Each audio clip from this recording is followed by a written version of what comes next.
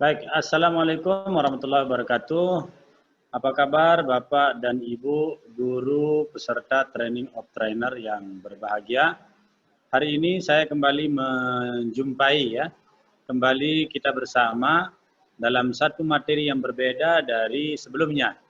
Kalau beberapa hari yang lalu saya menyampaikan tentang perkawinan dan pengasuhan, maka hari ini saya izin untuk menyampaikan satu materi yang pentingnya, yaitu membangun citra diri. Ya masih nama yang sama yakni Muhtar Iqbal, hanya saja jabatannya saya bedakan, Ketua Ikatan Keluarga Alumni Nusa Tenggara Barat. Jadi membangun citra diri itu penting Bapak dan Ibu, seperti apa yang tampak di gambar ini. Biar Anda, saya sebenarnya juga sedang membangun citra diri bersama Komandan Korem atau Danrem 162 Wirabakti, yakni Bapak Brigjen atau Brigadir Jenderal Ramdhani. Nah, ini adalah seorang Danrem di Nusa Tenggara Barat yang bertugas untuk mengamankan pertahanan negara, khususnya kawasan Nusa Tenggara Barat. Baik, masuk pada materi tentang itu citra diri. Nah, ini izin saya menyampaikan satu pendahuluan tentang citra diri. Dalam ilmu psikologi populer, jadi citra diri itu artinya mencintai diri sendiri, yang berarti adalah kita memiliki citra diri yang positif. Ada nggak di antara manusia yang ingin dinilai buruk oleh orang lain atau oleh masyarakat? Tentu saja tidak.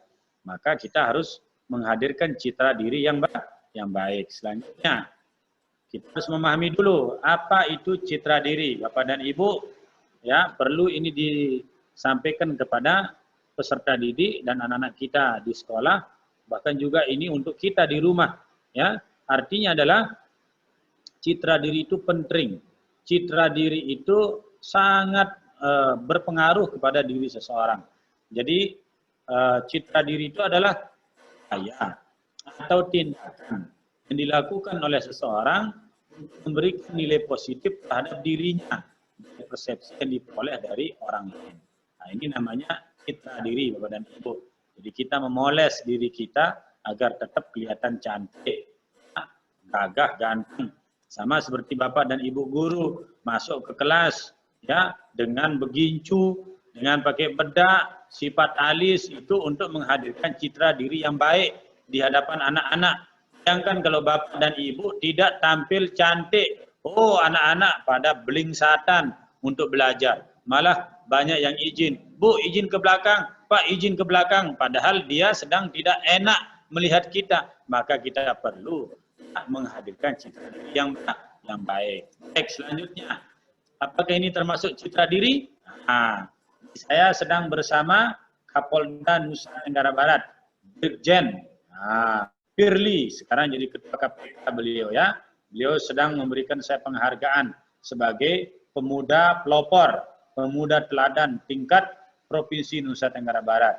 Apakah ini bagian daripada citra diri? Ya, sebab dengan itu kita bisa diterima di tengah-tengah masyarakat. Bayangkan kalau citra diri saya negatif sebagai pecandu narkoba, tidak ada orang dekat ke saya, bahkan ibu-ibu akan menjauh. Tapi kalau citra diri kita positif, insya Allah banyak orang mendekat.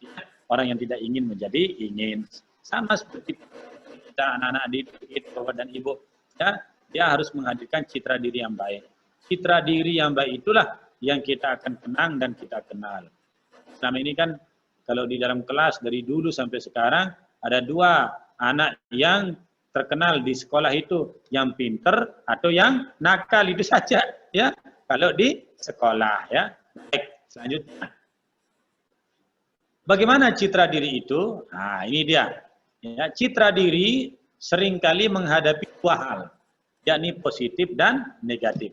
Pencitraan diri yang positif akan berakibat baik atau positif, dan pencitraan diri yang negatif sebaliknya akan berakibat negatif atau tidak baik.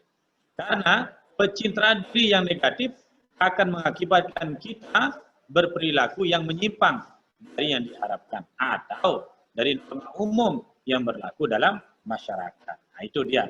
Maka oleh sebab itu ya jangan heran kalau orang, apalagi mohon maaf ya, para calon anggota DPR maupun calon ya bupati wali kota, seperti beberapa hari yang lalu kita telah melaksanakan pemilihan wali kota, mereka itu kampanye di mana-mana, pasang stiker, baliho, spanduk untuk menghadirkan citra diri yang baik, yang dipilih oleh masyarakat. Sama dengan anak-anak kita, ajari mereka bagaimana bercitra diri yang baik, yaitu dengan cara belajar yang rajin, ya, tidak menggunakan narkoba, jangan nakal, ya, hormat kepada guru, salam kepada guru di mana-mana, cium tangan, ya, jangan suruh cium pipi ibu guru, ya. Kalau perempuan sama perempuan boleh, tapi kalau laki sama perempuan tidak baik, ya, karena itu bukan mahram kita. Baik, selanjutnya, citra diri yang positif membuat mereka menikmati banyak hal yang menguntungkan. Orang yang memiliki citra positif adalah orang yang beruntung. Banyak ahli percaya bahwa dirinya jauh lebih berharga daripada masalah ataupun penyakit yang sedang dihadapinya. Meningkatnya daya juang dan membangun percaya diri. Baik, selanjutnya, Bapak dan Ibu secara fokus bisa melihat ini, nanti insya Allah bisa dikembangkan di lingkungan sekolah, ya. Ini salah satu bentuk manfaat citra diri yang pertama, ya. Ini saya bacakan. Yang kedua, apa manfaat citra diri? Nah, ini dia. Citra diri negatif berdampak buruk. Apabila hal ini dibiarkan terus-menerus terjadi, akan berdampak buruk pada kebiasaan hidup. Implikasi teoritis dari ketidaksadaran ini yaitu akan menghasilkan perbuatan yang jauh dari sikap baik. Seringkali orang menjadi keliru memahami arti hidupnya, yaitu tidak belajar bagaimana berkontribusi pada sesama. Nah, ini manfaat citra diri yang negatif. Mohon maaf karena tadi ada gangguan teknis sedikit. Saya mohon izin untuk melanjutkan apa yang menjadi materi kita pada hari ini, masih seputar tentang bagaimana citra diri seseorang, ya. Jadi pribadi yang lebih percaya diri akan selalu tampil kuat daripada yang tidak percaya diri. Karena dia mengenali apa yang dapat dilakukannya dalam menyelesaikan masalah dan juga mempunyai pengertian yang baik dalam menyelesaikan masalahnya. Jadi memang manusia yang memiliki self-confidence yang baik itu lebih cenderung atau punya potensi untuk sukses itu 95% daripada orang yang tidak punya self-confidence. Nah, itu maka selanjutnya jika anak-anak kita memiliki masalah, tapi biasanya mereka sering bermasalah. Dan masalah yang timbul itu biasanya, mohon maaf, kalau kita analisis, kita kelompokkan persoalan yang sering muncul di tengah-tengah anak muda kita, biasanya anak-anak itu akan mengalami citra diri yang bervariatif, ya. Misalnya kita ambil contoh seorang siswa bernama Christine dan Budi, ya, bermasalah pada penampilan fisik dan kesehatan mental. Apa masalahnya? Mungkin karena penampilan gemuk atau kelewat gemuk, sehingga kemudian dia merasa kurang percaya diri untuk bertemu atau berkumpul dengan teman wanitanya. Lalu dia berusaha untuk diet, ya, dengan cara mengkonsumsi obat pelangsing. Akibatnya kalau kurang-kurang baik cara kita, ya, merespon persoalan ini, bisa jadi akan berakibat fatal. Nah, misalnya yang kedua adalah ada seorang murid kita misalnya bernama Diah, ya, perempuan, kulitnya gelap, ya, juga muncul kekurang percayaan diri pada dirinya karena dia merasa diri kurang cantik, ya, kurang menawan, kurang menarik. Nah, lalu apa solusi yang sering mereka lakukan? Ya, biasanya, ya, memesan lewat online krim-krim pemutih. Ya, kalau benar krim pemutihnya mungkin akan bagus, tapi kalau tidak, wah, itu bisa merusak daripada kulit kita. Lalu ada misalnya contoh, ya, lagi seorang murid bernama Maya, ya, dia punya masalah pada sifat yang pendiam, pemalu, ya, payudara besar, ya, sehingga sering dibully oleh teman-temannya, ya. Atau mungkin tidak hanya bulian dalam bentuk verbal, tapi juga bulian dalam bentuk tindakan, ya. Bentuknya seperti apa? Mungkin, mohon maaf, ada model comot lari ya. Comot lari dalam bahasa orang Sasak itu dijemput ya, lari laki-lakinya. Nah, itu terjadi di beberapa tempat ya, bapak-bapak dan ibu-ibu. Nah, bapak dan ibu yang memiliki pendekatan baik terhadap murid-muridnya harus menjadikan ini sebagai perhatian ya. Jadi anak-anak yang bermasalah atau memiliki masalah secara fisik harus kita dampingi. Jangan kita ikut mengambil bagian bullying terhadap mereka sehingga semakin menambah kekurang percayaan diri. Misalnya kemudian mohon maaf ada anak kita yang bernama Anto ya, dia punya masalah dalam persoalan fisik, mungkin penisnya kecil, lalu kemudian dia merasa kurang percaya diri, lalu ya ingin berusaha ya membesarkannya, pergilah dia ke Maerot, pergilah dia ke tempat-tempat yang dianggap mampu membesarkan penis. Nah, ini tentu tidak baik. Maka solusi yang terbaik bagi mereka dari kita sebagai seorang guru adalah bagaimana kita meyakinkan kepada mereka bahwa segala sesuatu yang sudah given dari Tuhan itu harus kita syukuri. Ya, bukankah Tuhan mengatakan la in syakartum la azidannakum, ya, bahwa kalau kamu suka bersyukur maka aku akan tambah daripada nikmatmu dan rezekimu. Dan jangan lupa, walaupun kita laki-laki itu punya penis kecil, kan ada istilah kecil-kecil cabai rawit, kecil tapi lah kalau dimakan panas ya, pedas. Nah, itulah ukurannya. Tidak semua yang besar juga akan menyelesaikan masalah ya. Saya kira itu kira-kira cara kita sebagai pendidik memberikan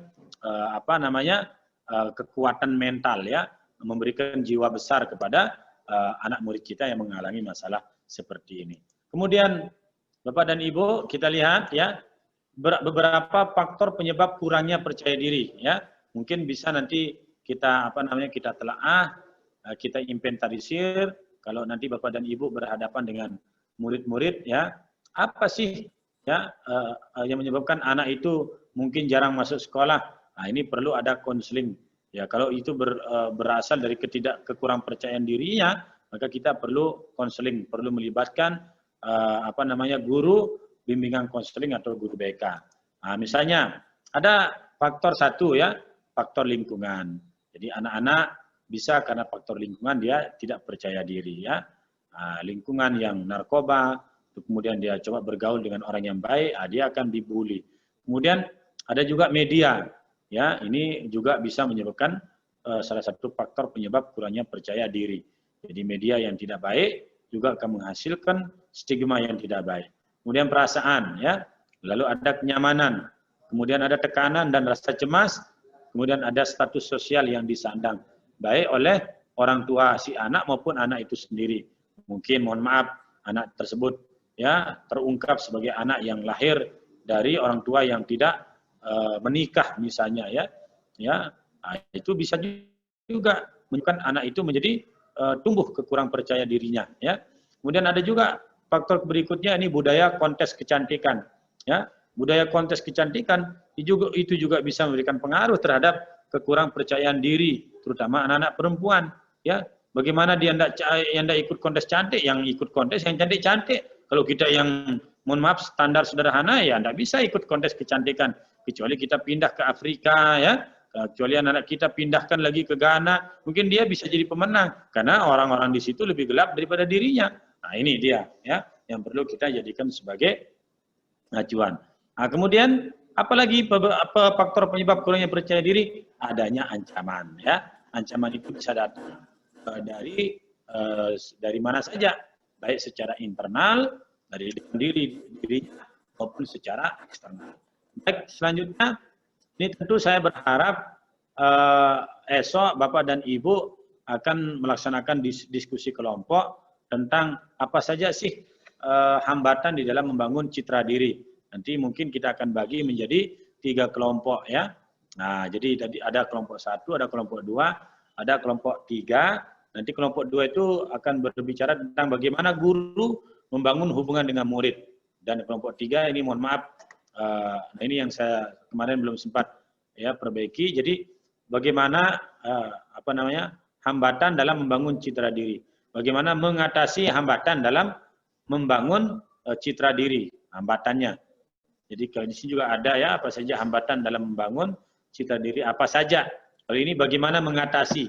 Jadi solusi yang dihadirkan. Nah, ini saya kira menjadi tugas Bapak dan Ibu di pertemuan berikutnya untuk kita memastikan bahwa kita bisa hadir menjadi problem solving, ya, menjadi penyelesaian masalah terhadap anak-anak kita khususnya di Kota Mataram, anak-anak murid kita yang ada di Kota Mataram, bukan sebaliknya justru menjadi penghadir masalah.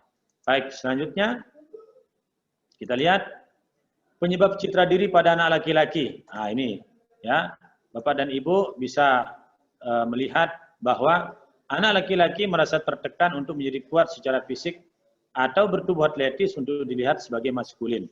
Nah, ini akibatnya orang sering menampilkan dirinya ya agak ke banci-bancian atau agak ke perempuanan, atau kalau dia perempuan agak ke laki-lakian. Kemudian anak laki-laki dan laki-laki dewasa juga menjadi subjek komentar seksual dan kekerasan. Nah, ini sering kita lihat, ya, kita dengar di tengah-tengah masyarakat ataupun di sekolah terhadap anak yang seperti ini. Beberapa anak laki-laki juga mengalami gangguan pola makan. Nah, ini. Nah, jadi ini yang sering membuat citra diri pada anak laki-laki menjadi menurun. Kemudian anak laki-laki seringkali merasakan bahwa mencari dukungan untuk masalah tubuh dan penampilan kurang dapat diterima secara sosial. Ya, saya kira itu beberapa penyebab citra diri pada anak laki-laki. Kemudian kita beranjak kepada ya bagaimana melawan stigma dan diskriminasi yang mungkin dialami oleh anak kita baik laki-laki maupun perempuan. Ini perlu ada langkah-langkah antisipatif sehingga kita bisa istilahnya itu ya mencegah daripada mengobati. Jadi hampir semua orang dengan ketidakmampuan fisik atau penyakit yang kronis masih tetap dapat melakukan semua aspek kehidupan termasuk seksualitasnya. Ya, akan tetapi seringkali mereka mendapat diskriminasi dan isolasi sosial karena status kesehatan dan keadaan fisiknya. Stigma ini merendahkan kepercayaan diri seseorang tentang tubuh dan kemampuan mereka untuk mendapatkan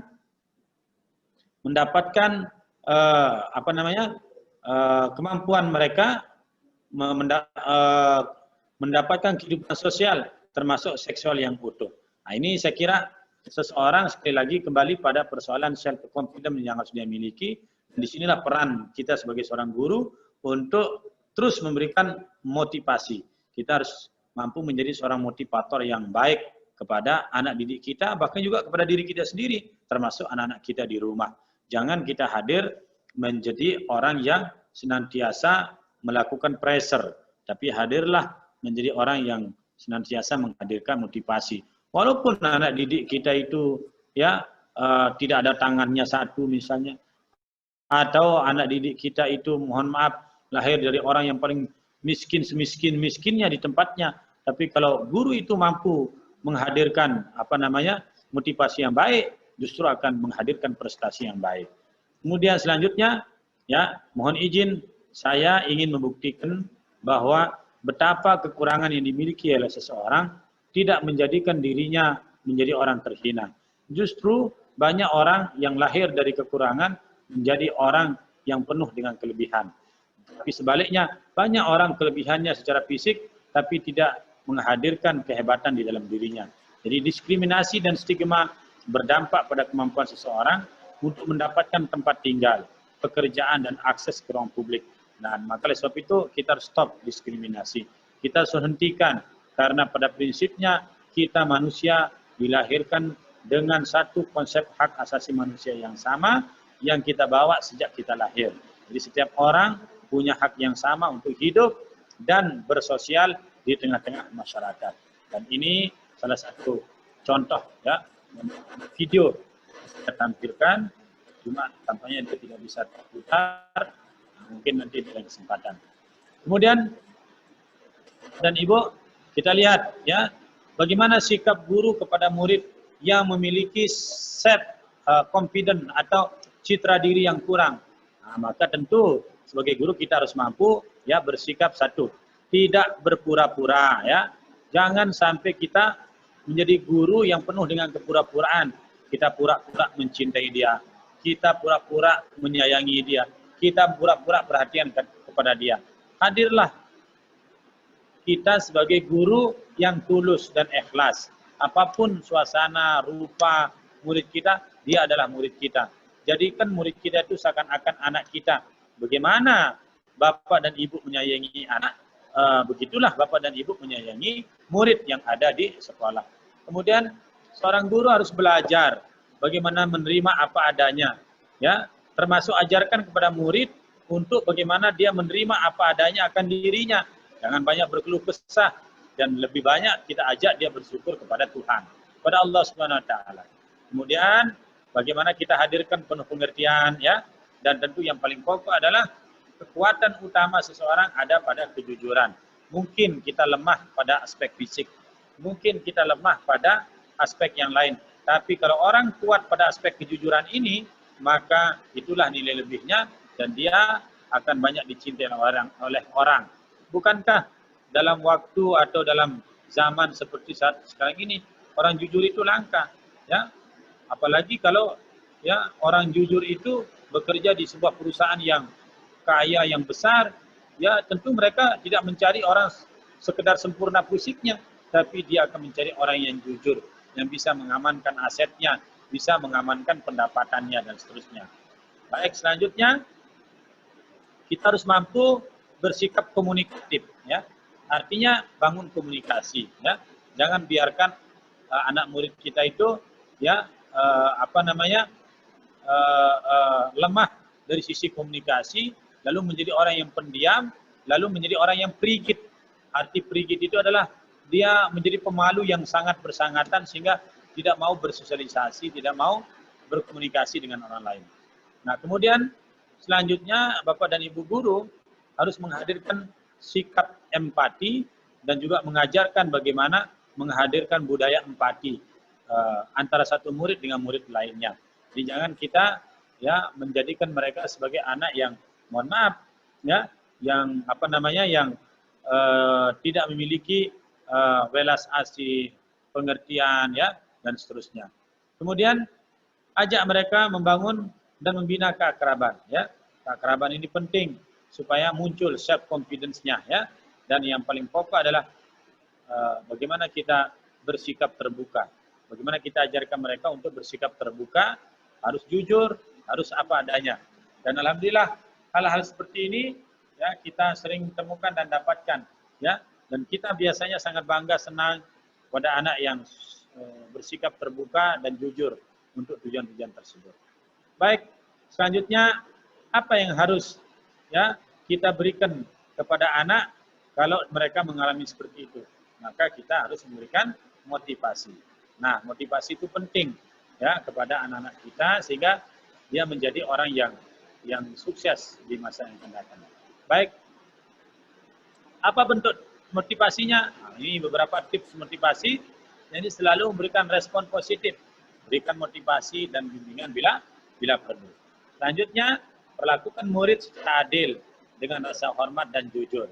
Ya, kalau ada duduk dua murid yang satu sempurna fisiknya dengan satu yang tidak sempurna fisiknya, maka bagaimana kita harus bersikap adil. Maka kata Franz Magnus Suseno itu, berlakulah adil sejak dalam pikiran Bapak dan Ibu. Jadi jangan sampai ya kita tidak hadir terhadap nilai-nilai. Ya, bukankah kata Allah SWT, wa'dilu ya dan bersikap adillah, innahu aqrabul littaqwa. Bukankah sikap adil itu adalah mendekatkan kamu pada ketakwaan. Baik, selanjutnya pahami dan tangani kebutuhan murid. Nah, ini dia. Saya kira tips motivasi yang baik untuk mereka agar tumbuh kembang menjadi anak yang hebat, bisa mempercayai dirinya, dan kita mendapatkan keberkahan dan rahmat karena telah membantu mereka menemukan jati dirinya. Lalu ajarkan murid cara menetapkan tujuan hidup yang terkait. Ini saya kira Bapak dan Ibu akan banyak bersentuhan besok ya. Kemudian selanjutnya atur tugas jika diperlukan untuk membantu mendapatkan hasil yang terbaik. Baik Bapak dan Ibu, itulah beberapa materi yang saya sampaikan terkait dengan citra diri. Maka untuk itu izinkan saya menutup materi dengan satu pantun burung irian, burung cendrawasih. Cukup sekian dan terima kasih.